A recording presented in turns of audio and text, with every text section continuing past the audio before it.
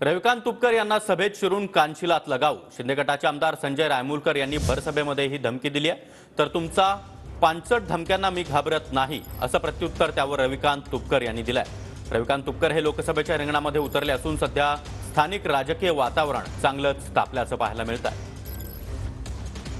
केवळ आपल्या शेतकऱ्याचं प्रेम दाखवायचं, माझा काय वकील बाई काय कळत नव्हतं. दोन्ही बाब नेतेगिरी करायची, परंतु खास करून आता मी आजच्या सभेच्या वातावरणात त्यांना जाहीर आव्हान आहे.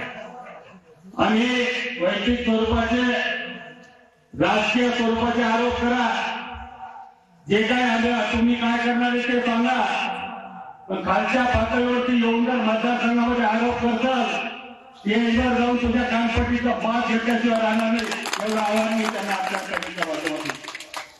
शिंदे गटाचे खासदार प्रतापराव जाधव आणि शिंदे गटाचे आमदार डॉक्टर संजय रायमुलकर साहेब यांच्या पायाखालची वाळू सरकलेली आहे. आम्हाला जो गावागावात शेतकऱ्यांचा पाठिंबा मिळतोय, तरुणांचा महिलांचा प्रचंड पाठिंबा मिळतो, आमच्या सभांना लोकांची गर्दी होते आणि लोकांनी आता परिवर्तन करायचं ठरवून टाकलेलं आहे. त्यामुळे त्यांच्या पायाखालची वाळू सरकली, ते बावचाळ्यासारखे वागून राहिले. लक्षात ठेवा, मी खरा शेतकरी पुत्र आहे. त्यामुळं रुग्ण कसं चालवायचं, गोफण कशी चालवायची, नांगराचा फाळ कुठे घालायचा, कसा घालायचा, याचा मला चांगला अनुभव आहे. त्यामुळे असल्या धमक्यांना, तुमच्या पांचट धमक्यांना तर मी कधीच